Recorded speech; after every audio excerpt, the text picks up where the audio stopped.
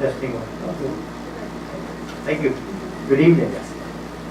Welcome to tonight's Board of License Commission special meeting at 5:02. Clerk, please call the roll. Councilman Perez, Present. Councilman Figueroa, Councilwoman Fonseca, Present. Councilwoman Gonzalez, Present. Councilwoman Recker, Present. Councilwoman Sino Siegel, Councilman Boudreaux. We have a quorum, correct? Before we pledge allegiance, I just want to moment of silence that Councilman Figueroa lost his mom late yesterday. Yesterday. Just keep her in our thoughts. Keep you well in our thoughts. Thank you. Please rise for the pledge of allegiance. I pledge allegiance to the flag of the United States of America and to the republic for which it stands, one nation, under God, indivisible, with liberty and justice for all.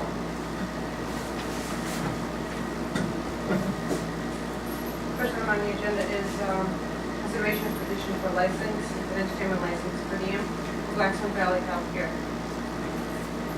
Is there? There's our How are you? Good, how are you? Sorry. My name's Lorraine Senna and I'm from Blackstone Valley Community Healthcare. And on October 8th, we'll be having our first community healthcare in a very long time. And it's actually in conjunction with Vaseline. So we'll be putting up a 120-foot by 40-foot tent in the back of Notre Dame, which is 1000 Broad Street. We're expecting 500 plus folks from the community, give or take, depending on, the holiday weekend. We're going to have 2 DJs sharing one set of equipment. There will be food provided by Stanley's. We have gotten all the proper signatures, I do believe. And so just here to make sure we have the entertainment permit. That way we don't get in trouble. Very good. Okay, Joe. You're only going until 2 p.m.? 2:30 technically. There's a groundbreaking from 10 to 10:30, and then the actual health fair will be 10:30 to 2:30. Well, we can know. Dr. Fine, I assume is about, He told me to tell everyone hi.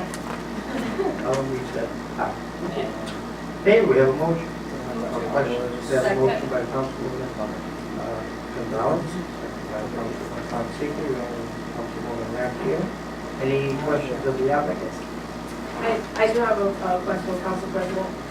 Lorraine, this is wonderful. Thank you for being here. How is this being advertised to the community? Very excited. The Central Falls Superintendent is actually allowing us to put it into all the schools. We made 2,600 copies of the actual flyer. It's going to be on Korea Radio starting today.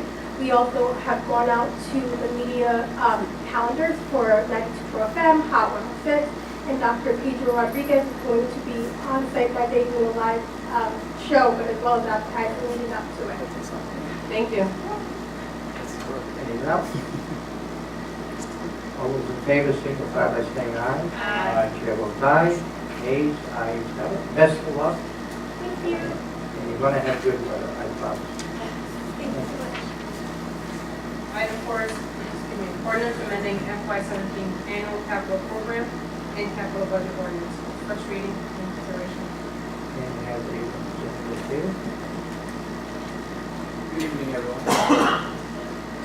So I'd actually first like to draw your attention to the total number that's down at the bottom for the capital budget. We actually noticed that was incorrect. The total number, if you add up all the requests that we have here, should be $2,299,275. So 2,299,275. That's taking the $1,704,275 and adding the $75,000 request and the $520,000 request to that. So once again, the total request should read $2,299,275.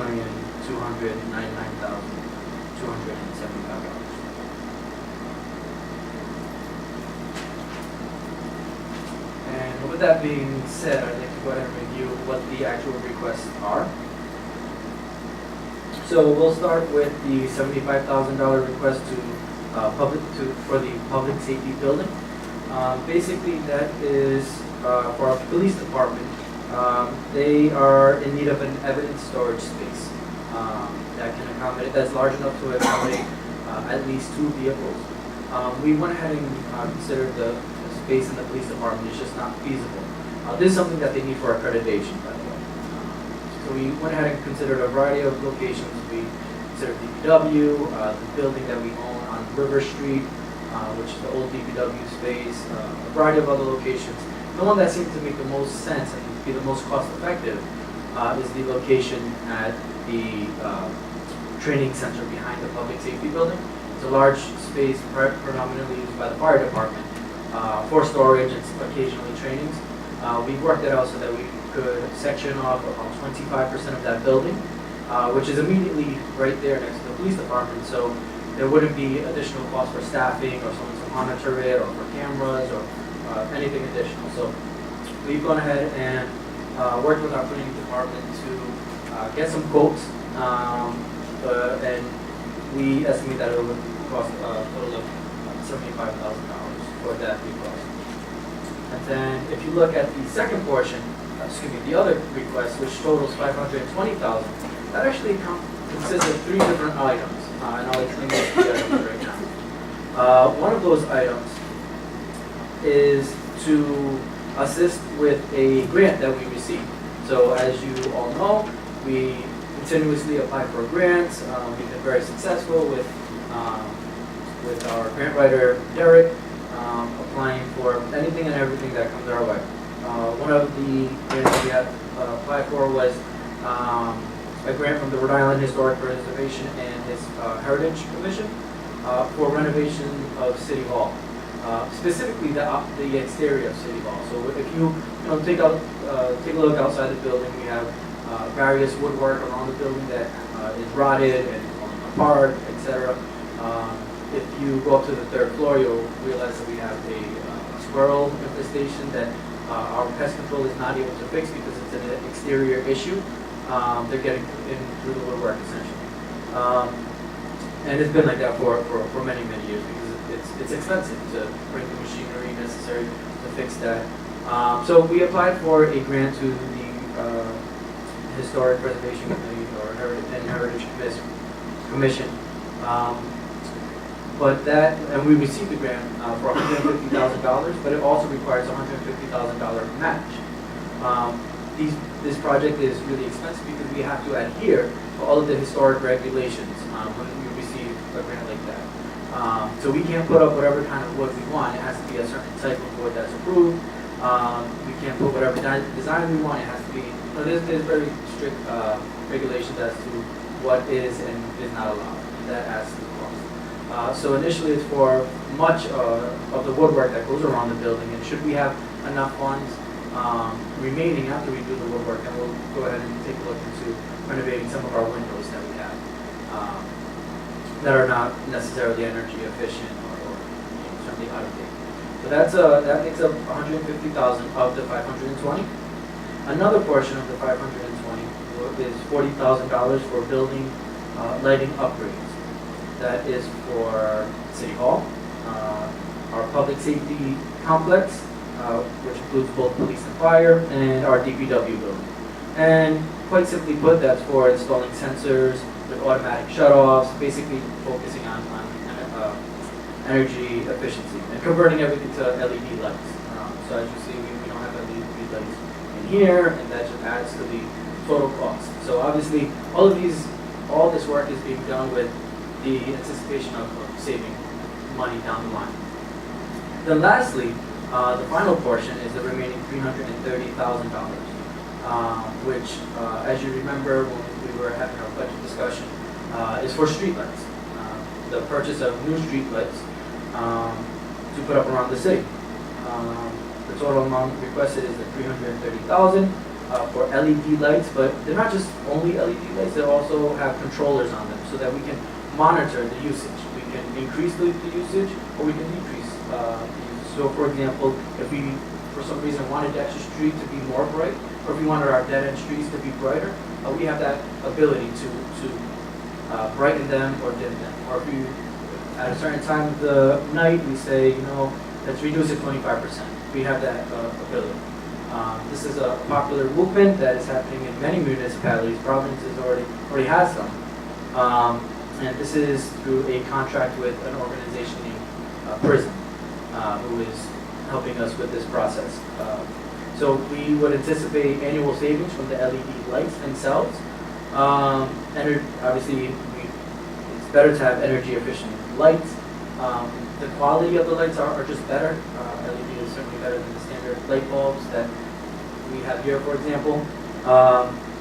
More control over the level of lighting, and obviously increased safety. So our dead-end streets can be clearer, or all of our streets can be much better illuminated.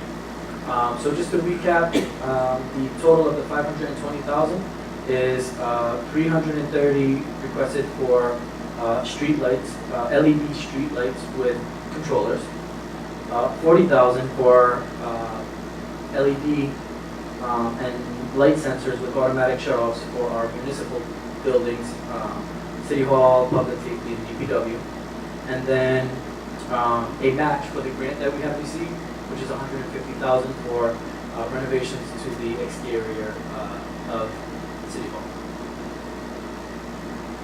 So I hope that gives you a general overview of all of the improvements that we're looking to do here.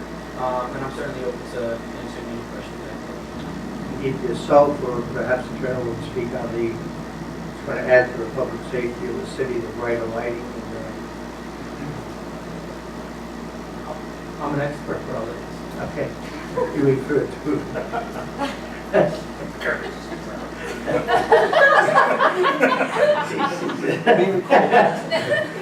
Norman James McDonald, Police Center Falls.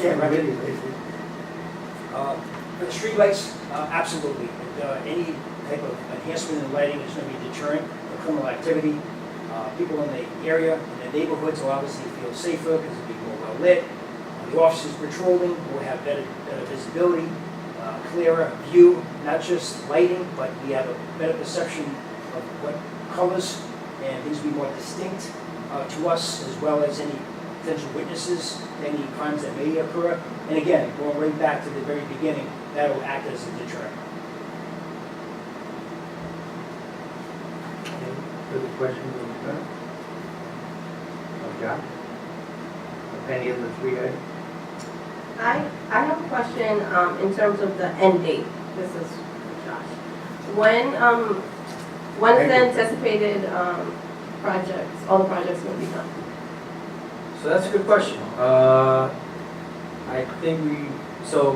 think I may have to refer back to the directors that are in charge of this specific project. So we can have the police department either. You can probably speak on a few of them. So I'm working with the colonel on the oversized certificate storage. We are expediting that project. They have an October deadline for the accreditation that we're trying very hard to meet. And then for the streetlights, I believe we're going to try and start installing some of the streetlights in October. Do you have a sense of when that might be completed? It could be a 3-month project from the moment we start. It depends on how quickly the orders come in and all of the pieces come together, but the installation itself is fairly quick. So we should see change hopefully by beginning of next calendar year. But many of those pieces are also coming from China, am I correct? So there could be. We're part of, so the organization we're working with, we're part of many of the municipalities that are also purchasing at the same time. So we are taking advantage of all the purchasing that's happening, so we could expedite our delivery. So as quickly as we can move with these projects, we're getting approval to purchase as fast as we can get it done, and then we'll be able to take advantage of all the other orders that are taking place at the same time.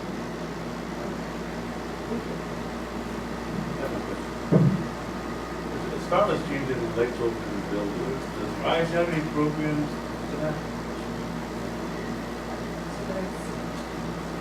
Change the other time. Rise? So my understanding of RISE is that they're a subcontract with National Grid. They do home energy systems and improvements through National Grid. We worked with National Grid and they identified actually the energy savings in our building. I know they changed all the bulbs. housing authority. Very, very cheap. They're just a contractor, they're just a approved contractor of National Grid Rises. So, National Grid came in and did, what we call a level 1 audit. And these are the proposals, this amount in these, efficiency projects are recommended by National Grid. We would then go out and find a vendor to do it, and following the city's purchasing regulations, we could be putting out. And RISE could very well be the organization that would do it, but we would go out to bid for it. Anyone else? Two questions. One,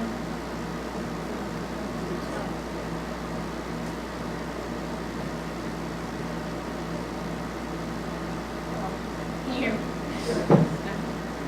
So, first question is, what are the projected savings on the streetlights? And when will we start seeing those savings?